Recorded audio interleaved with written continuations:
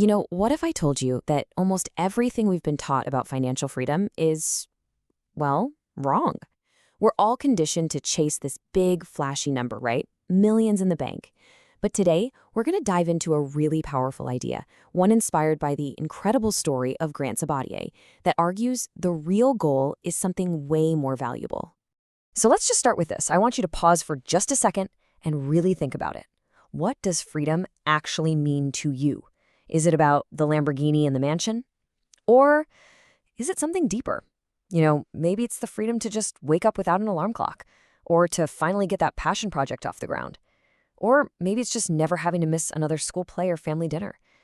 This one question, it's the key to everything we're about to unpack.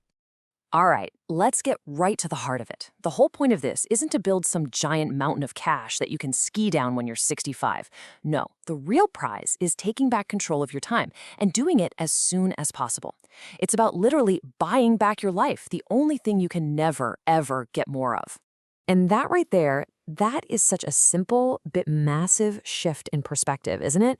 We're all trained to chase a number, $1 million, 5 million, whatever it is.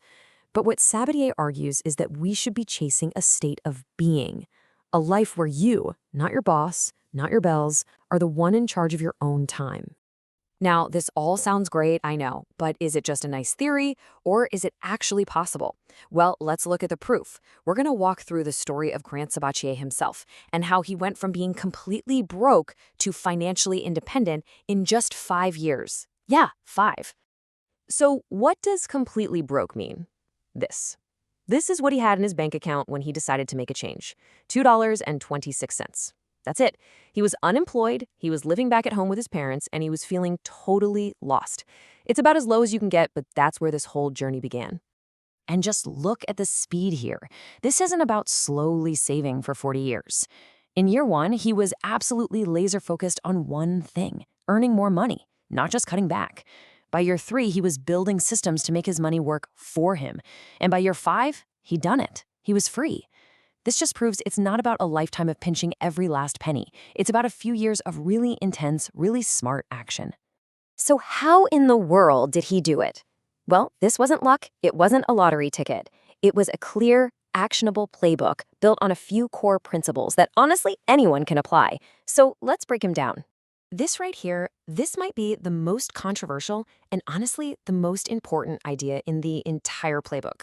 Just think about it for a sec. Saving is super important, of course, but there's always a limit to how much you can cut back, right? You still have to eat, but your earning potential? There is literally no limit to how much you can earn. The fastest way to freedom isn't by being a super saver. It's by radically growing your income. Okay, so how do you actually do that? Well, it's basically a full-on attack on the income problem. First, you get as much as you can out of your day job. You negotiate that salary, you build valuable new skills. Then, on top of that, you add side hustles to bring in extra cash. And then, the holy grail, you build passive income streams by investing in things like stocks or real estate, so you're literally making money while you sleep. All right, so let's switch gears and talk about spending. Because to really change your habits, you have to change the way you think about money. So let's use a really simple example. A new pair of sneakers. They cost $200. The price tag says $200. Simple enough. But is that the real cost? According to this playbook, not even close. And the way Sabatier reframes this question, it will completely change how you look at every single purchase you ever make again. And this is it. It's the time as currency concept. Instead of seeing a price in dollars, you calculate how many hours of your actual life you had to trade away to earn that money. So let's say you make $20 an hour after taxes.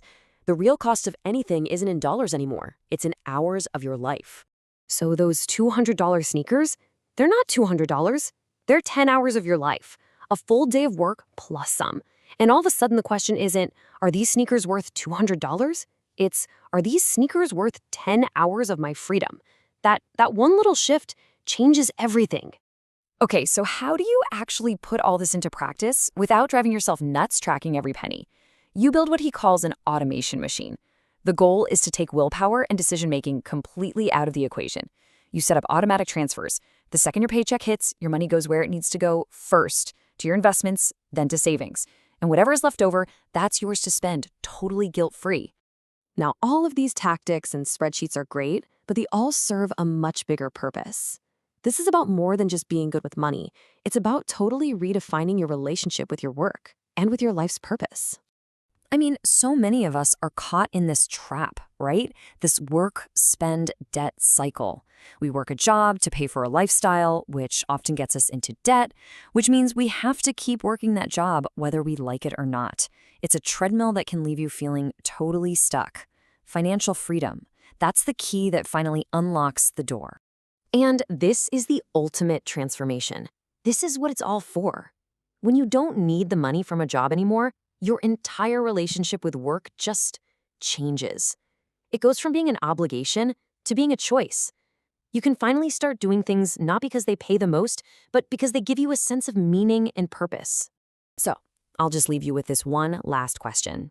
If money were no object, what would you do with your time? Who would you choose to become? The whole point of this playbook is that this isn't just some fantasy daydream. It's a question you can actually start planning to answer, starting today.